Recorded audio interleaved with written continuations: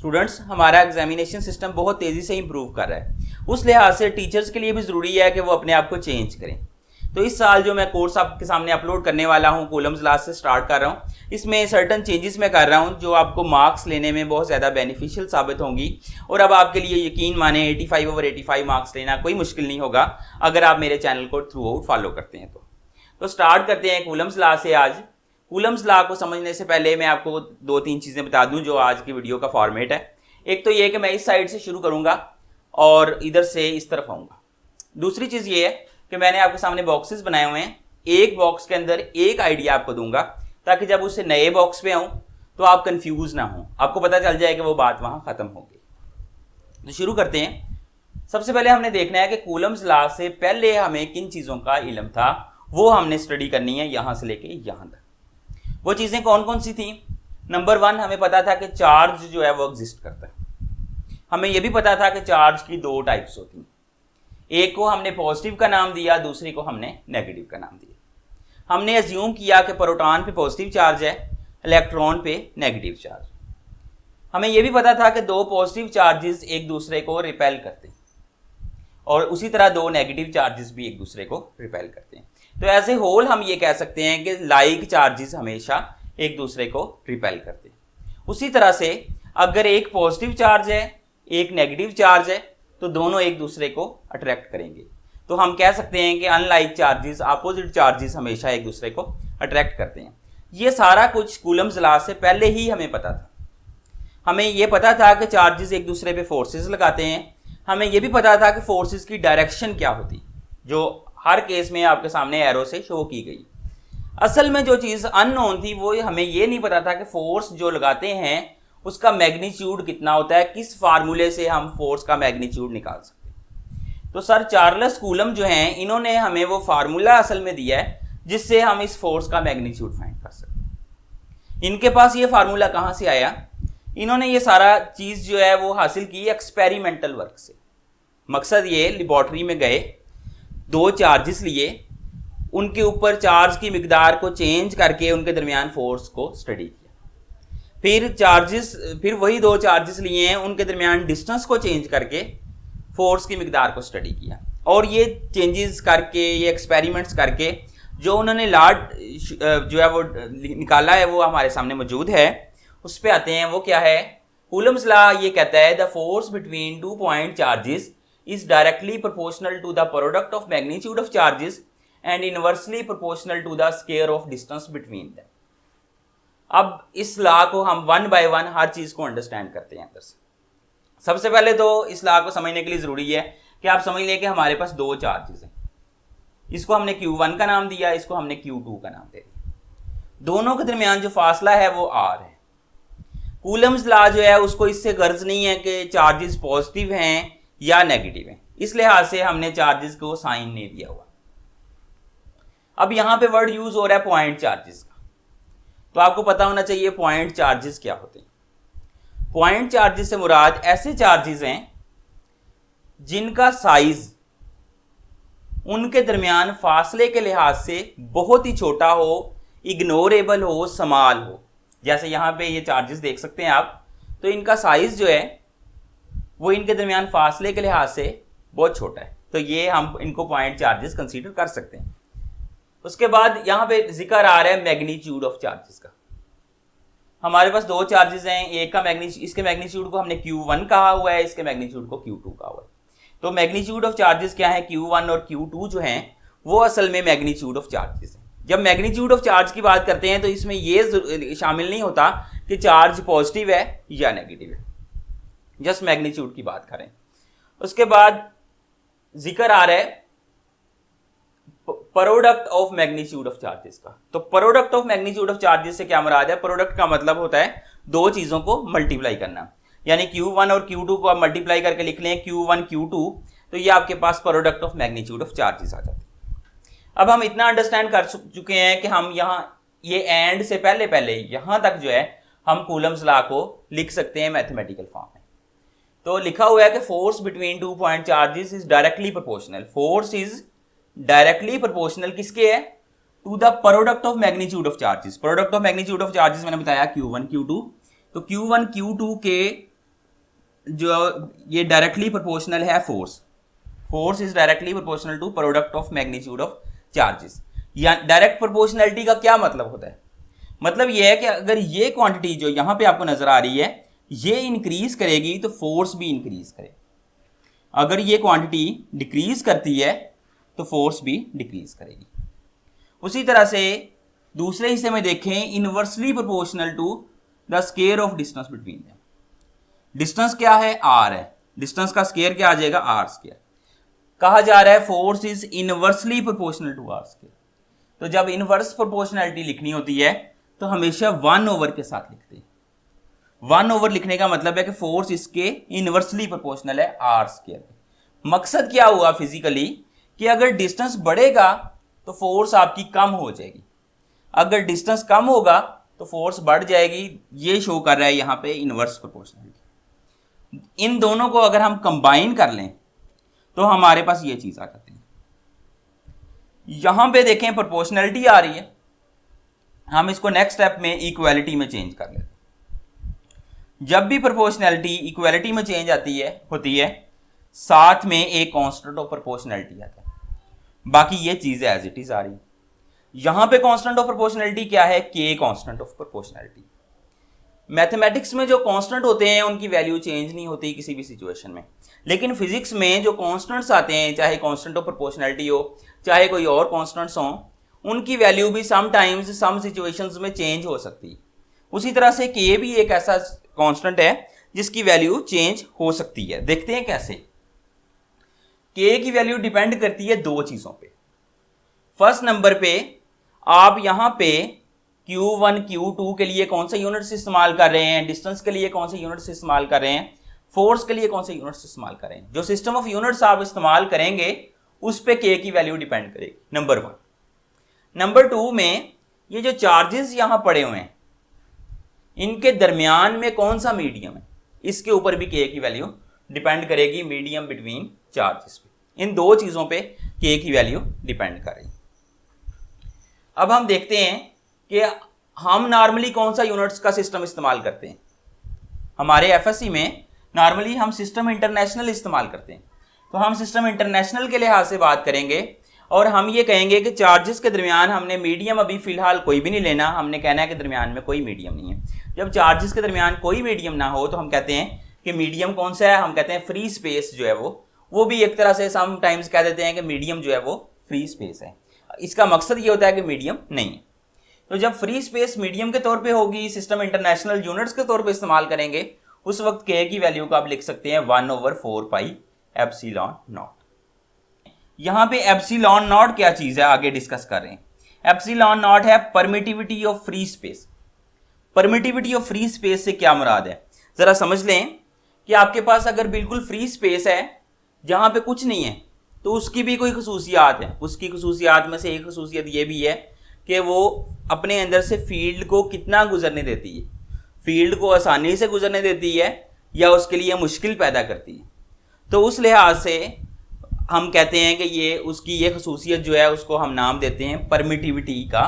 और free space है तो उसकी परमिटिविटी होगी परमिटिविटी ऑफ फ्री स्पेस, इसको रिप्रेजेंट करेंगे हम एप्सिलॉन नॉट से।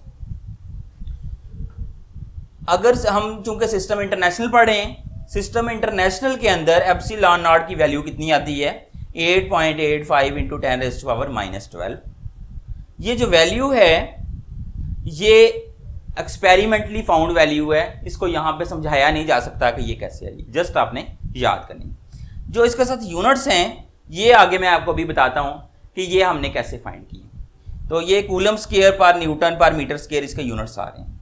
अगर ये जो सारी वैल्यू है उठा के हम इधर ले जाएं एप्सिलॉन नॉट में, यानी हमारे पास के था 1/4 पाई एप्सिलॉन नॉट के, तो अगर हम इस एप्सिलॉन नॉट में ये वैल्यू ले आते हैं, इंपोर्ट करते हैं यहाँ पे, तो इसको सारा कैलकुलेटर से सॉल्व करके हमारे पास आंसर आ जाएगा 9 × 10⁻⁹।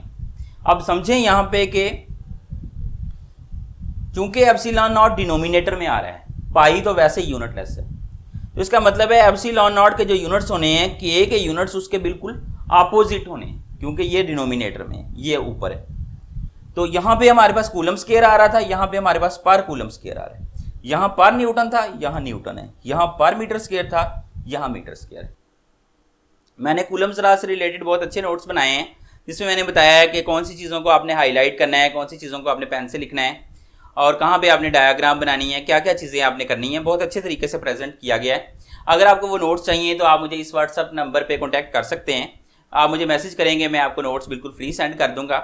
इस दफ़ा मैं व्हाट्सअप ग्रुप नहीं बना रहा क्योंकि फिर बेटियों की तरफ से ये इतराज़ आता है कि सर हम तो इस ग्रुप में ऐड नहीं हो सकते, तो इस वजह से इस दफ़ा जो भी करस्पॉन्डेंस है सब लोगों के साथ वो इंडिविजुअली होगी। तो मुझे उम्मीद है कि आप कॉन्टैक्ट ज़रूर करेंगे। अब हम जो टॉपिक स्टडी कर रहे थे उस पर दोबारा वापस आते हैं। मैंने ऑलरेडी आपको बताया है कि 1 बॉक्स 1 आइडिया के लिहाज से मैं टीच कर रहा हूँ। तो हमारे पास फोर्स के लिए फार्मूला आया था K(Q1Q2/r²। अब K की वैल्यू हमने कितनी निकाली 1/4πε0, तो वो हम यहाँ पुट कर देते हैं। तो हमारे पास ये फोर्स का रिलेशन आ गया एक तरह से। अब हम देखते हैं नेक्स्ट आइडिया जो हमने स्टडी करना है कि दो चार्जेस अगर हमारे पास हों, हम उनको एक लाइन से ज्वाइन कर लें, चाहे लाइक चार्जेस हों चाहे अनलाइक चार्जेस हों, हम लाइन से ज्वाइन कर लेते हैं। दोनों चार्जेस पे जो फोर्स लगेगी वो हमेशा इस लाइन के अलोंग हो, चाहे रिपल्शन की फोर्स हो चाहे अट्रैक्शन की फोर्स हो, फोर्स हमेशा इस लाइन के अलोंग लगती है। नेक्स्ट आइडिया, ये जो फोर्स है जो डिफरेंट चार्जेस के दरमियान लग रही है ये म्यूचुअल फोर्स है। म्यूचुअल फोर्स का मतलब है कि ऐसा नहीं हो सकता कि एक चार्ज दूसरे पे फोर्स लगा रहा हो और दूसरा जो है पहले पे फोर्स ना लगा रहा हो। दोनों एक दूसरे पे फोर्स लगाएंगे या दोनों ही नहीं लगाएंगे, तो इस चीज को कहते हैं म्यूचुअल फोर्स। यहां पे देखें तो Q1 जो है वो Q2 पे फोर्स लगा रहा है F21 और Q2 जो है वो Q1 पे फोर्स लगा रहा है F12। दोनों की मिकदार आपस में बराबर होनी है लेकिन डायरेक्शन अपोजिट होनी है। इक्वल एंड अपोजिट फोर्सेस लग रही हैं दोनों चार्जेस पे। इस पे इस डायरेक्शन में फोर्स लग रही है, इस पे इस डायरेक्शन में फोर्स लग रही है। अगर वेक्टर फॉर्म में लिखें तो हम इस तरह लिख सकते हैं क्योंकि डायरेक्शन अपोजिट है तो इसलिए नेगेटिव साइन दरमियान में आ जाएगा। न्यूटन थर्ड लॉ को आपने पढ़ा था, उसमें देखा था आपने कि इक्वल एंड अपोजिट फोर्सेस दो डिफरेंट ऑब्जेक्ट्स पे लग रही होती हैं, तो वही चीज यहां पे भी फॉलो हो रही है। तो इसका मतलब है कि कूलम्स लॉ जो है वो न्यूटन थर्ड लॉ को फॉलो करता है। नेक्स्ट आइडिया पे आते हैं। यहां पे हम एक बिल्कुल वो उस चीज से हटके एक नई चीज एक दफा देख रहे हैं। यूनिट वेक्टर का हमारे पास क्या फार्मूला होता है, ए वेक्टर ओवर ए मैग्नीट्यूड। अब अगर यहां से ए वेक्टर की वैल्यू निकालनी हो तो ये चीज इधर आके मल्टीप्लाई हो जाएगी, तो इस तरह से ए वेक्टर हमारे पास इसके इक्वल आ जाएगा। अब हम यही चीज इस वेक्टर के लिए अगर लिखें तो हम कह सकते हैं कि जिस तरह A vector A magnitude into A unit vector के इक्वल था, उसी तरह F21 वेक्टर जो है F21 magnitude into F21 unit vector के इक्वल। अब देखो कि इस डायरेक्शन में यूनिट वेक्टर यहां आपको एक नजर आ रहा है ऑलरेडी, वो क्या है R21। तो F21 यूनिट वेक्टर नहीं लिखेंगे, हम लिखेंगे R21 यूनिट वेक्टर, क्योंकि इस डायरेक्शन में यूनिट वेक्टर ऑलरेडी हमने डायग्राम में डिनोट कर दिया। अगर इसका मैग्नीट्यूड मैं आपसे पूछूं कितना है तो वो ऑलरेडी हम फाइंड कर चुके हैं, ये हमारे पास मैग्नीट्यूड आ गया हुआ है। तो वो मैग्नीट्यूड की वो वैल्यू वहां से उठा के इसकी जगह पुट करो तो ये चीज आ जाती है आपके पास। इस तरह से आपने F21 की वैल्यू लिख ली। बिल्कुल सिमिलरली आपने यही काम अगर आप F12 के साथ करते हो तो उसकी वैल्यू में सिर्फ फर्क ये पड़ेगा, जहां R21 आ रहा था F21 में, F12 में वहां R12 आ जाएगा। अब देखो तो दोनों यूनिट वेक्टर्स भी आप एक दूसरे के एंटी पैरेलल हैं, एक इस तरफ को है दूसरा इस तरफ को है, तो दोनों के दरमियान 180 डिग्री का एंगल है। इस वजह से हम लिख सकते हैं R21 is equal to minus R12। अगर R21 की ये वाली वैल्यू यहां पे सब्स्टिट्यूट करते हो तो आप ये रिजल्ट शो कर सकते हो कि F12 is equal to minus F21। तो ये वही रिजल्ट है जो यहां पे लिखा हुआ था, लेकिन यहां पे हमने जस्ट वैसे शो किया था। अब हमने वेक्टर फॉर्म से एक प्रॉपर तरीके से उसको शो कर दिया था। तो ये चीज यहां खत्म हो गई। आगे बिल्कुल एक नया आइडिया शुरू हो रहा है कि अगर चार्जेस के दरमियान, पहले आप क्या स्टडी कर रहे थे, चार्जेस के दरमियान फ्री स्पेस रखी हुई थी आपने। अगर चार्जेस के दरमियान फ्री स्पेस नहीं है, कोई मीडियम आ जाता है, फिर क्या होगा। पहली बात यह है कि मीडियम आने से जो दोनों चार्जेस पे लगने वाली फोर्स है वो कम हो जाएगी, फोर्स विल बी रिड्यूस्ड। कितनी कम होगी ये डिपेंड करता है मीडियम की रिलेटिव परमिटिविटी पे, एप्सिलॉन आर पे। मीडियम के अंदर जो फोर्स लग रही है वो वैक्यूम वाली फोर्स को अगर एप्सिलॉन आर से आप डिवाइड करेंगे, मीडियम का एप्सिलॉन आर मीडियम की रिलेटिव परमिटिविटी है, तो आपके पास मीडियम के अंदर फोर्स आ जाएगी। चूंकि ये फोर्स कम होनी है, मीडियम में फोर्स हमेशा रिड्यूस होगी, मैं ऑलरेडी बता रहा हूं, तो इसका मतलब ये है कि ये एप्सिलॉन आर जो है वो हमेशा हमारा ग्रेटर देन 1 होना है, क्योंकि अगर ये लेस देन 1 हुआ फिर फोर्स ज्यादा हो जाएगी, तो वो चीज जो है वो गलत साबित हो जाएगी। तो उस चीज को कंटिन्यू रखते हुए उस कॉन्सेप्ट के मुताबिक एप्सिलॉन आर हमेशा हमारा ग्रेटर देन 1 होता है किसी भी मीडियम के लिए। अगर वैक्यूम की बात करें तो वैक्यूम के लिए तो एप्सिलॉन आर होता ही नहीं है, तो वहां पे तो वैक्यूम में फोर्स वैक्यूम के बराबर ही होती है, तो यहां पे 1 आता है एक तरह से। लेकिन अदर देन वैक्यूम तमाम मीडियम्स के लिए एप्सिलॉन आर ग्रेटर देन 1 होता है। एप्सिलॉन आर को बोलते क्या है, ये क्या चीज है, इसके दो नाम देते हैं। इसको डाई इलेक्ट्रिक कांस्टेंट भी कहते हैं समटाइम्स, और इसका दूसरा नाम है रिलेटिव परमिटिविटी। ये दोनों नाम जो है हम एप्सिलॉन आर को देते हैं। एप्सिलॉन आर की वैल्यू फाइंड करनी हो कैसे करेंगे, ये इक्वेशन है, एप्सिलॉन आर को इधर ले जाओ, एफ मीडियम को इधर ले आओ, तो एप्सिलॉन आर को आप इस तरह से इसके बराबर लिख सकते हो। अब देखो दो फोर्सेस के दरमियान रेशो है, सिमिलर क्वांटिटीज हैं, यहाँ इसका भी यूनिट न्यूटन होगा, इसका भी यूनिट न्यूटन होगा, कट जाएंगे तो जवाब में कोई यूनिट नहीं आएगा, यानी एप्सिलॉन आर रिलेटिव परमिटिविटी के डाइलेक्ट्रिक कांस्टेंट के कोई यूनिट्स नहीं होते। आगे हमने इस एक्सप्रेशन में अगर एफ वैक्यूम की वैल्यू पुट कर दें तो आगे हम मजीद कुछ काम कर सकते हैं। एफ वैक्यूम जो है, फोर्स वैक्यूम के अंदर क्या वैल्यू निकाली थी, उसके लिए एक्सप्रेशन आपने फाइंड किया था। ये सारा एक्सप्रेशन आपने तब ड्राइव किया था जब चार्जेस के दरमियान जो है वो वैक्यूम था, फ्री स्पेस थी। तो अब जो है वो यही चीज हम यहाँ पे अप्लाई करते हैं, एफ वैक्यूम की ये वैल्यू यहाँ पुट करते हैं। एफ वैक्यूम हमारे पास इसके इक्वल है जो वो ऑलरेडी हम ड्राइव कर चुके हैं। अब हम क्या करते हैं, ये वैल्यू उठा के यहाँ पुट कर देते हैं, तो ये वैल्यू यहाँ गई, इसका मतलब है एप्सिलॉन आर नीचे आ गया, एफ मीडियम ये लिखा हुआ है, ये सारी चीज़ आपके सामने है। एप्सिलॉन आर से डिवाइड करोगे, एप्सिलॉन आर जो है वो नेक्स्ट स्टेप में जाके इसके साथ मल्टीप्लाई हो जाएगा डिनोमिनेटर में एप्सिलॉन नॉट के साथ। अब देखो कि डिफरेंट मीडियम्स के लिए एप्सिलॉन आर की वैल्यू डिफरेंट होगी और डिफरेंट मीडियम्स के लिए फोर्स भी डिफरेंट आएगी, सेम चार्जेस के दरमियान जो सेम फासले पे पड़े हुए। अगर फर्ज करो कि दोनों चार्जेस के दरमियान एयर है तो उसके लिए रिलेटिव परमिटिविटी डाइलेक्ट्रिक कांस्टेंट की वैल्यू है 1.0006 और ये वैल्यू जो है ये 1 के बहुत ज्यादा करीब है।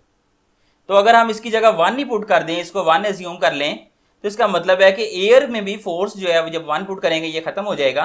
एयर में भी फोर्स तकरीबन उतनी होती है जितनी वैक्यूम में होती है। वैक्यूम में और एयर में चार्जेस के दरमियान फोर्स जो है वो ऑलमोस्ट सेम होती है, बहुत ही कम फर्क होता है। अगर हमारे पास एयर नहीं है, कोई और मीडियम है, तो फिर हम क्या कर सकते हैं, हम एप्सिलॉन नॉट एप्सिलॉन आर को मल्टीप्लाई करके एप्सिलॉन के इक्वल पुट कर सकते हैं। ये एप्सिलॉन क्या है, ये परमिटिविटी ऑफ मीडियम है जिसके वही यूनिट्स होने हैं जो एप्सिलॉन नॉट के। तो ये इसकी जगह पुट कर दो, आपके पास ये आंसर आ गया 1/4 pi epsilon Q1 Q2 over r square, जब आपने चार्जेस को किसी मीडियम में रखा हुआ है और मीडियम की परमिटिविटी जो है वो एप्सिलॉन के इक्वल है। तो इस तरह से उम्मीद करता हूं कि आज की वीडियो में आपको कूलम्स लॉ की बहुत अच्छी समझ आई होगी। अभी जो है हमने इससे रिलेटेड शॉर्ट क्वेश्चंस और MCQs स्टडी नहीं किए, वो इंशाल्लाह हम नेक्स्ट वीडियो में स्टडी करेंगे। शुक्रिया।